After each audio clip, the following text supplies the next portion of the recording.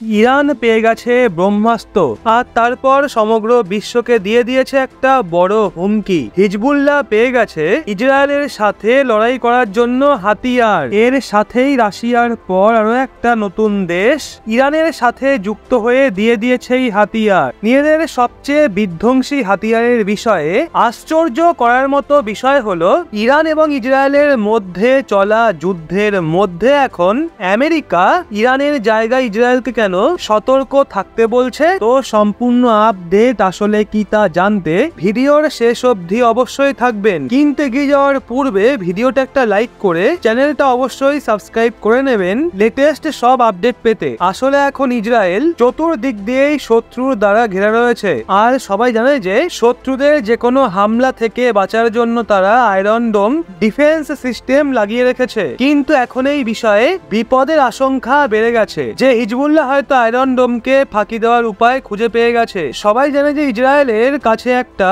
World ক্লাসের defence system রয়েছে, যেটা এতদিন পর্যন্ত বেশিরভাগ হামলা থেকে ইসরায়েলকে বাঁচিয়ে রেখেছে। কিন্তু কিছু দিন আগেই হিজবুল্লাহর পক্ষ থেকে হামলার কারণে এই সিস্টেমও বাঁচতে পারেনি। এ অবস্থায় ইসরায়েলের তদন্তকারীরা এটা জানার চেষ্টা করছে যে কেন আয়রন ডোম অ্যাকশন নেয়নি, এর সাথেই হামলা হওয়ার সময় সাইরেন কেন অ্যালার্ট করেনি। তাহলে আপনাদের বলে রাখি, আয়রন ডোম সেই সমস্ত রকেটকে আটকায় যেগুলো শহরাঞ্চলের দিকে যায়। এই ডিফেন্স সিস্টেম থেকে নির্গত হওয়া মিসাইল হাওয়াতেই টার্গেটকে ধ্বংস করে দেয়। কিন্তু এখন আশঙ্কা করা হচ্ছে যে একসাথে অনেক হামলা হওয়ার কারণে সিস্টেম কনফিউজ হয়ে যায়। আর এই বিষয়ে সতর্ক করা হয় যে এই ডিফেন্স সিস্টেমকে ধীর গতিতে যাওয়া ড্রোন ফাঁকি দিতে সক্ষম। কিন্তু বন্ধুরা, গত মাসে বেরুতে মৃত্যু হওয়া senior army commander brigadier general Abbas নীল ফোরসানের হত্যার কারণে ইরান এখনো পর্যন্ত ক্ষিপ্ত হয়ে রয়েছে। ইরান ইসরায়েলের থেকে এই হত্যার প্রতিশোধ নেওয়ার জন্য শপথ গ্রহণ করে রেখেছে এবং ইরানি বিদেশ মন্ত্রণালয় বলেছে, ইহুদি শাসনকে শাস্তি দেওয়ার জন্য আমাদের কাছে উপলব্ধ সমস্ত ধরনের শক্তিকে ব্যবহার করব। বলে রাখি, হিজবুল্লাহ সারগানা হাসান নাসিরুল্লাহকে মারার জন্য ইসরায়েল 27 সেপ্টেম্বর দক্ষিণ বেরুতে অবস্থিত তার গুপ্ত ঠিকানায় বিধ্বংসী হামলা করেছিল, যেখানে নাসিরুল্লাহর সাথী ইরানি কমান্ডার নীল ফোরসানও মারা গেছিল, যাকে নিয়ে ইরাকের ইয়াবহুল এলাকাতে নাজাব এবং ইরানের উত্তর পূর্ব শহর মাসারেতে গত মাসে শোক সভা করে নীল ফোরসানকে স্মরণ করা হয়েছিল। ডিফেন্স এক্সপার্টদের আশঙ্কা রয়েছে যে সেনাবাহিনী এবং আর্থিকভাবে মজবুত ইসরায়েলের সাথে লড়াই করার জন্য ইরান তার পরমাণু হাতিয়ারকে ব্যবহার করতে পারে। এছাড়াও এক্সপার্টদের কথা অনুযায়ী ইসরায়েল এবং আমেরিকাকে শিক্ষা দেওয়ার জন্য ইরান গত 3 বছর ধরে পরমাণু হাতিয়ার তৈরি করার জন্য ইউরেনিয়ামকে একত্রিত করার কাজ ডবল করে দিয়েছে। আর এমনটা দাবি করা হচ্ছে যে ইরান কিছু সপ্তাহের মধ্যেই 3টে পরমাণু বোম তৈরি করতে পারে। যদি অন্তরাষ্ট্রীয় পরমাণু এজেন্সির কথা মানা হয়, তাহলে ইরানের কাছে আজকের সময় এত পরিমাণে ইউরেনিয়াম মজুত রয়েছে যে তারা যদি চায় তাহলে কিছু সপ্তাহের মধ্যেই প্রায় 3টে পরমাণু বোম তৈরি করতে সক্ষম। যদিও আইএইএ অফিসারদের কথা হলো, ইরানের বোমকে বিকশিত করার কোনো পরিকল্পনা নেই, আর তাদের এই গতির সময়ের সাথে দিক পরিবর্তন করতেও পারে। যার কারণ হলো বিভিন্ন ধরনের আর্থিক স্যাংশনের কারণে ইরান যথেষ্ট দুর্বল হয়ে গেছে। এই অবস্থায় ইসরায়েলকে জবাব দেওয়ার জন্য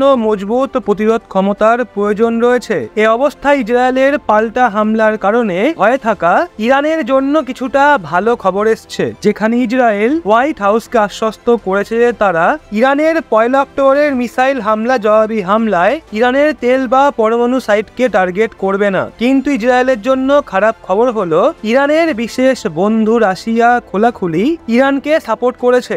এমনকি রাশিয়া নিজেদের বিশেষ শক্তি সম্পন্ন এয়ার ডিফেন্স সিস্টেম S-400ও ইরানকে দিয়ে দিয়েছে। যদি কোনো যুদ্ধের পরিস্থিতি সৃষ্টি হয়, তাহলে ইরানের বন্ধু চীনও তাদের সাথে যুক্ত হবে। ইরানের supreme leader Ayatollah Ali Khan যখন জনতার মধ্যে সম্বোধন করেছিলেন, তখন ইরানের পরম প্রিয় বন্ধু চীন হাতিয়ারের মাধ্যমে শত্রুদের বিরুদ্ধে যুদ্ধ সামলেছিল। যদি তারা কোনো রকমের বিপদের আশঙ্কা করতে পারত, তাহলে তারা কাজকে সম্পূর্ণ করে ফেলত। কিন্তু চীন যে সমস্ত হাতিয়ার দিয়ে যুদ্ধক্ষেত্রকে সামলাচ্ছে, তাতে লাগানো ডিভাইস শত্রুদের মিসাইল এবং ড্রোনকে দেখতেই টার্গেট করে ধ্বংস করে দেয়। আর দেখতে গেলে ইরানে চীনে যে সমস্ত হাতিয়ারের ব্যবহার করা হচ্ছে, সেগুলো লেজার গাইডেড, অর্থাৎ লেজারের টেকনিকের মাধ্যমে তারা কয়েক সেকেন্ডের মধ্যেই শত্রুদের মিসাইলে সঠিক টার্গেট করে সেগুলোকে হাওয়াতেই ধ্বংস করার ক্ষমতা রাখে। এই সমস্ত হাতিয়ার মজুদ থাকার কারণে এটা পরিষ্কার বোঝা যাচ্ছে যে না কেবল রাশিয়া বরং ইরান চীনেরও সমর্থন পেয়ে গেছে। রিপোর্ট অনুযায়ী এই হাতিয়ার সিনং শিল্ড 3000 এর মতো দেখতে, যেটা চীনের যথেষ্ট বিধ্বংসী হাতিয়ার। এখন এই সমস্ত হাতিয়ারের ব্যবহার ইরান ইসরায়েলের হামলা থেকে বাঁচার জন্য করবে। এক্সপার্টদের মত অনুযায়ী হাতিয়ার ভিন্ন ডিজাইনেরও হতে পারে, কারণ অ্যান্টি ড্রোন লেজার সিস্টেম যথেষ্ট সাধারণ হয়ে গেছে, আর হতে পারে এটা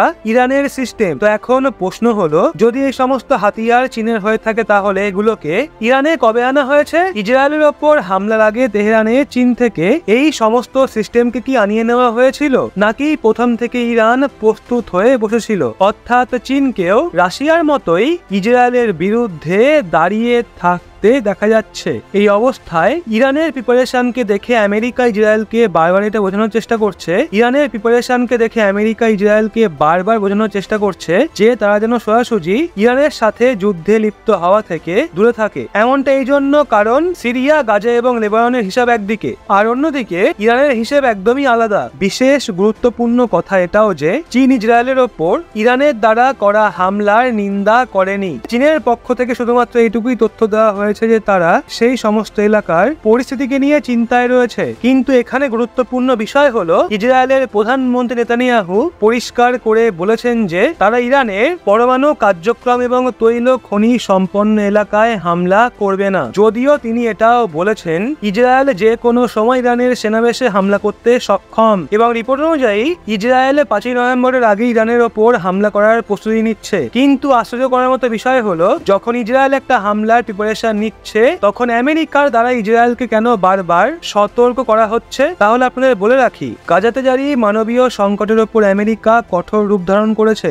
আমেরিকান বিদেশ মন্ত্রী অ্যান্টনি ব্লিংকন এবং প্রতিরক্ষা মন্ত্রী লয়েড অস্টিন পত্র লিখে ইসরায়েলকে সতর্ক করে বলেছে যে গাজাতে যদি মানবীয় সংকটের উন্নতি না হয় তাহলে ইসরায়েলকে দেওয়া সৈন্য সাহায্য বন্ধ করে দেওয়া হবে। বলে রাখি, আমেরিকার এই ডিমান্ড আমেরিকাতে নির্বাচনের প্রায় কিছু সপ্তাহ আগে এসছে, যেখানে ডিমান্ডকে পূরণ করার জন্য ইসরায়েলকে 1 মাসের সময় দেওয়া হয়েছে। আর 13 নভেম্বরের মধ্যে যদি ইসরায়েল গাজাতে মানবীয় সাহায্যের প্রভাব না বৃদ্ধি করে তাহলে আমেরিকা ইসরায়েলকে দেওয়া সৈন্য সাহায্য বন্ধ করে দিতে পারে। তো এখন দেখার বিষয়টা হবে যে আমেরিকা ডিমান্ডের পর গাজাবাসীদের প্রয়োজনীয়তাকে পূরণ করা হবে, নাকি ইসরায়েলের হামলার সঙ্গে সঙ্গে মানবীয় পরিস্থিতিও আরো গম্ভীর হয়ে যাবে। যদিও আপনার এই বিষয় নিয়ে কি মন্তব্য রয়েছে সেটা কমেন্ট বক্সে অবশ্যই জানান। আর এরকমই লেটেস্ট ইনফরমেটিভ ভিডিও পেতে চোখ রাখুন রহস্য বাংলার পর্দায়।